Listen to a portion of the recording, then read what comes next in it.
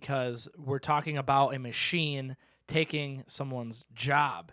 And that is probably a question you get asked a lot. Do you see in the future AI and all these different technologies that are coming forward actually getting people fired or getting their jobs taken away because we just don't need them anymore? Why do you need a human when a machine can do it accurate and they can do it again and again and again? Right. And you don't need, I don't need a machine learning algorithm here and also one in Minnesota, right? Mm-hmm. I can have the same one handle everybody. Yep. Um, so that's another issue. It's controversial. It is, yeah. So some people think that what is going to happen is that doctors will learn how to work alongside AI. There's a really good author. His name is Eric Topol, and he wrote a book called Deep Medicine. I would highly recommend that to you and your listeners to go check it out at the library. And he talks about how AI is being used in medicine and how it will be used.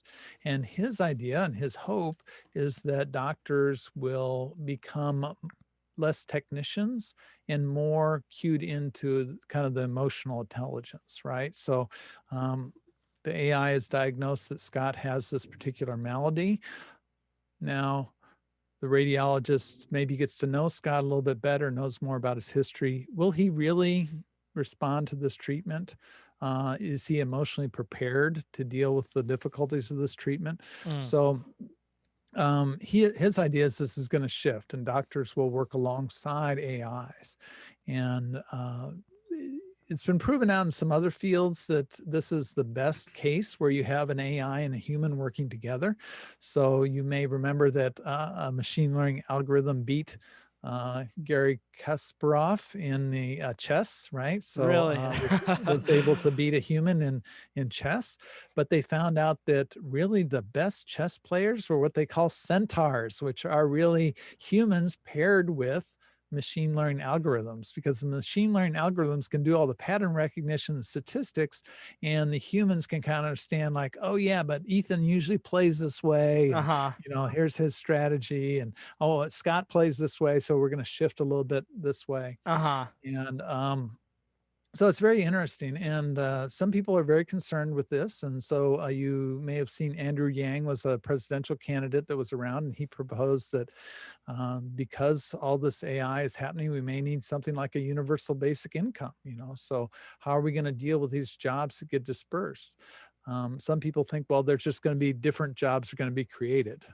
So it's very controversial, and Kao-Fu Lee is another good author. He worked at Google for a number of years, wrote a book called AI Superpowers, which is also a good introduction to AI. And he proposes the same sort of thing, that we may have to start compensating people for other types of work. So you're taking care of your mother, you're taking care of your parents. Maybe that's the type of work we need to compensate you for, because you're not going to have a job working as an AI. But yeah, I don't know. It's going to be interesting. We're starting to see autonomous cars deployed, Yeah. and I think this whole COVID stuff has really accelerated things to an enormous degree. It's really jumped us ahead like a decade, and I think we're going to see autonomous trucks, and that's 3 million U.S. jobs that Wow. are fairly well paying. I mean, you can make a good middle class income as a truck driver. Are those truck drivers going to be able to transition to being AI programmers? I don't know. That's So tough. yeah, that's going to be tough. My dad works as a machinist for many years, and he, you think about previous revolutions going from the farm to the factory, that wasn't probably quite as big of a jump, but going, especially if you're an old fogey like me in my 50s, well, if I had to go from what I'm doing now to learning a whole new career, I think that'd be fairly difficult, right?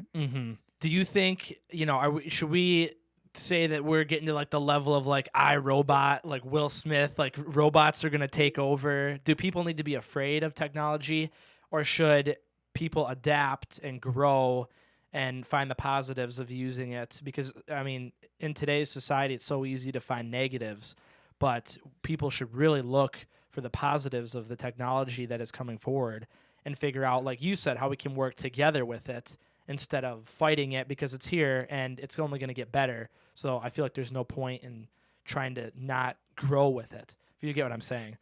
Yeah, I think what we need to do is guide the future, right? So the future is what we make of it. It isn't preordained. So we need to get in there and have more discussions like this about, well, how do we want that AI to look like? What do we want it to be able to do?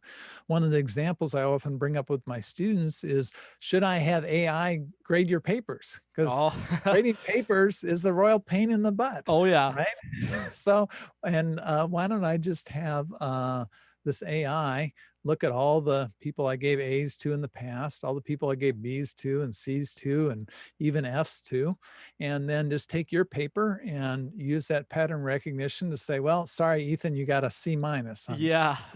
but what if you're the next Truman Capote, or you're the next Mark Twain? You know, you've got a new style of writing that has never been seen before.